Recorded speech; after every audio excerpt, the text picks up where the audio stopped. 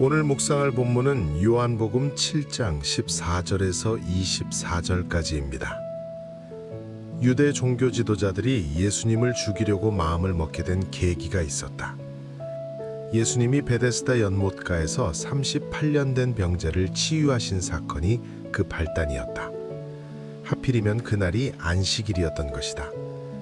유대인들에게 있어서 안식일법은 매우 중요했다.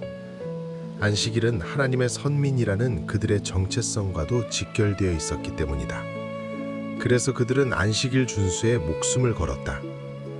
그런 안식일에 예수님이 병자를 고치시니 반발할 수밖에 없었다. 병자를 고치는 것을 일이라고 보아서 예수님이 안식일을 범했다고 판단했기 때문이다. 그래서 그때부터 유대 종교 지도자들은 예수님을 눈엣가시로 여겨 죽이려고 했던 것이다. 예수님은 할례를 예로 들어 그들의 잘못이 무엇인지를 정확하게 지적하여 주셨다. 모세의 율법에 의하면 유대인들은 사내 아이가 태어나면 난지 8일째 되는 날에 할례를 행해야만 했다. 이것이 할례법이었다. 그런데 8일째가 되는 날이 안식일과 겹치는 경우가 문제였다. 할례를 행하자니 안식일을 범하게 되고 안식일을 지키자니 할례의 법을 어기게 되는 것이다. 그래서 이 문제를 해결하기 위해 안식일이라 할지라도 할례를 행하는 것이 허용되었다. 할례의 법을 안식일법보다 우선하여 지킨 것이다. 할례는 하나님과 언약을 맺은 백성임을 나타내는 거룩한 징표이자 증표이다. 구원받은 하나님의 백성으로 구별된 자가 되었다는 것을 의미한다. 다시 말하면 영적 생명을 얻은 자가 되었음에 대한 선포인 것이다. 더욱이 유대인들은 짐승이 안식일에 구덩이에 빠져도 건져내는 것이 허용되었다. 생명을 살리는 것이 안식일법보다 우선되었기 때문이다. 그러니까 안식일 준수가 아무리 중요해도 생명을 살리는 것보다 우선되지 않는 법이다. 그렇다면 예수님이 안식일에 죽을 병에 걸린 병자를 살려내신 일은 더더욱 합당하고 정당했다. 칭찬받아 마땅한 일이었다는 말이다. 그럼에도 분개하여 예수님을 죽이려고 하는 것은 큰 잘못이고 모순이 아닐 수 없다. 그들이 예수님을 받아들이지 못하고 죽이려 한 근본 이유에 대해 주님이 밝히셨다.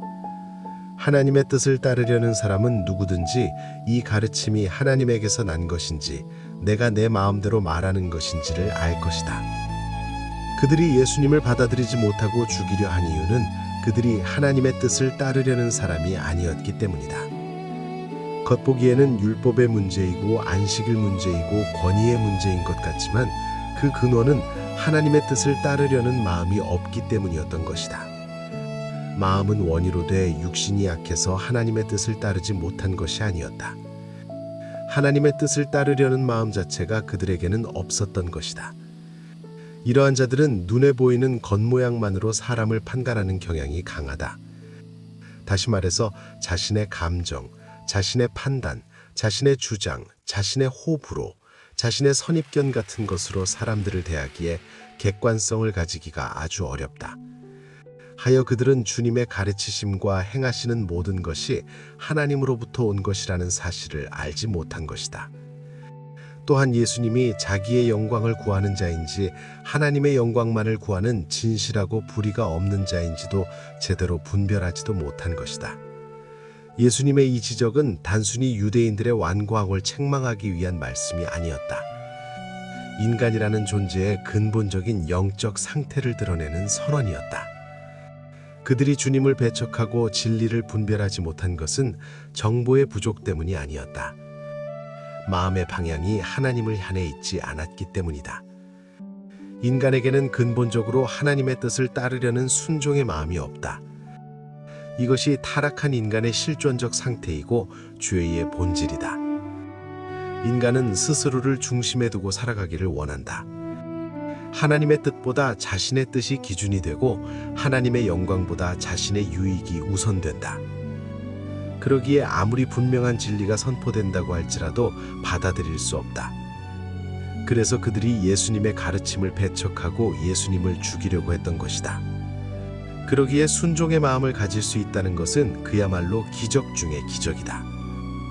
이건 자신의 의지의 산물이 아니다. 하나님의 은혜가 먼저 마음을 만지셨기 때문에 가능한 반응이다. 하나님께서 닫힌 마음을 열어주시고 굳은 심령을 부드럽게 하시며 자기 의에 사로잡힌 영혼을 낮추어 주실 때 비로소 하나님의 뜻을 따르려는 순종의 고백과 삶을 살 수 있는 것이다. 그러므로 순종은 인간의 공로가 아니라 은혜의 열매다. 하나님의 뜻을 따르려는 순종의 마음을 가진 사람만이 말씀 안에서 생명을 누릴 수 있다. 또한 하나님의 뜻을 따르려는 사람만이 하나님의 영광을 구하는 삶을 살아갈 수 있다. 그러므로 하나님을 향하여 마음을 열고 순종하고자 하는 마음을 가질 수 있다는 것은 그야말로 복 중의 복인 것이다. 그래서 나는 오늘도 주님의 은혜를 구하게 된다. 주님이 내 속에 하나님의 뜻을 따르려는 순종의 마음을 넉넉히 심어주시기를 위하여 말이다. 그리하여 순종이 제사보다 낫고 듣는 것이 순양의 기름보다 낫다는 것을 늘 고백할 수 있는 삶이 되기를 원한다.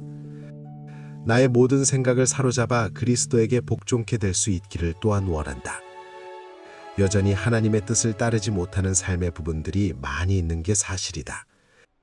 나의 영광을 구하고자 하는 삶의 편림들도 적지 않게 발견한다. 그러기에 나는 더더욱 주님 앞에 엎드릴 수밖에 없다. 주님의 용서와 자비를 구하고 주님의 은혜를 더 간절히 붙들게 되는 것이다. 그리하여 내 목숨이 다하는 그날까지 나도 하나님의 뜻을 따르려는 사람의 흔적을 담아내는 삶의 걸음을 할 수 있기를 위하여 기도하는 아침이다.